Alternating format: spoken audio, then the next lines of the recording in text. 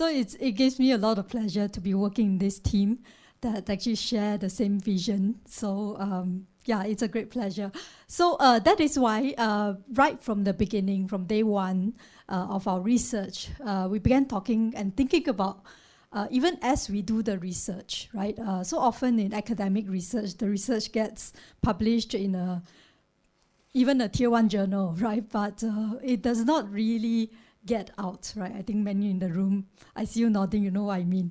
So yeah, right from day one, we began thinking about how can we actually make this a movement? How can we make this a conversation? So yeah, this is then what we came up with, right? A platform that we can use to showcase our research. And research, by virtue of research being research, right, is by no means perfect, right? We aim to continuously improve it, and we'll keep working at it. But yeah, not just actually learn about the research being done, but also use it to start conversations about digital well-being. So before I invite all of you to whip out your phone and tablets, right, to try it out, let me introduce the platform. So yeah, actually really we want to thank and appreciate our partner DQ Institute and DQ Lab for working so closely with us on this platform.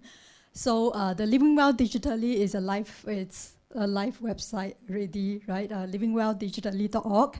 I also want to appreciate Kaisin, right, who has really been the heart, the hands and the legs and I don't know what else, right? Working behind the scene to actually make this platform a reality. So thank you, Kaisin. And partners from DQ Institute and DQ Lab. So yeah, so it is a website you can already visit, right? This platform has 3 parts. The first is actually resources, right? Some of it we curate from others' links, other sources. Some of it we will put in ourselves, but we try to actually organize the resources with certain groups in mind, right? Young adults, the family, educators, social workers. So especially for educators and social workers, they're really the frontliners that are working with many communities. So the second feature of the platform is actually essentially what Audrey just presented, right? Our digital well-being indicator framework. So over here, people can learn about the research that's done, learn about each indicator. So if they mouse over, they can actually look at the definitions and actually click to find out more. So yeah, over here, we also present the domains of digital well-being from our research and all the various indicators within it. Yep. And the last part is the digital well-being assessment tool, right? So I see people already going there, right? Yeah, but let me give you a quick run through before you try it out, and then maybe we can carry on the conversation over the break. So you can actually scan the QR code if you're not already at the website.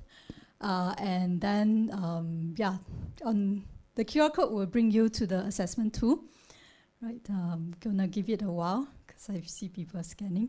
Okay, and the questionnaire is basically actually our survey instrument that Audrey just kind of presented.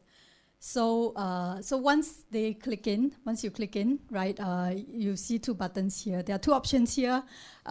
You could do the full digital well-being test, or you could also select certain domains of digital life, right? Certain domains of the test assessment tool. The reason why we did this was also because we recognize that not everyone are in certain domains, right? For instance, they may not be working yet. So digital employment may not be something they are necessarily thinking about at the moment. So they may therefore like to do selected parts of the test, right? Okay, so yeah, once you click into the assessment tool, right, the screen looks like this, right?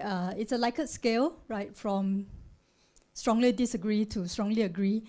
Basically, all the different instruments, right, different items of the indicators, they are displayed down there, right? They can navigate forwards or backwards. And we also ask very basic demographic information.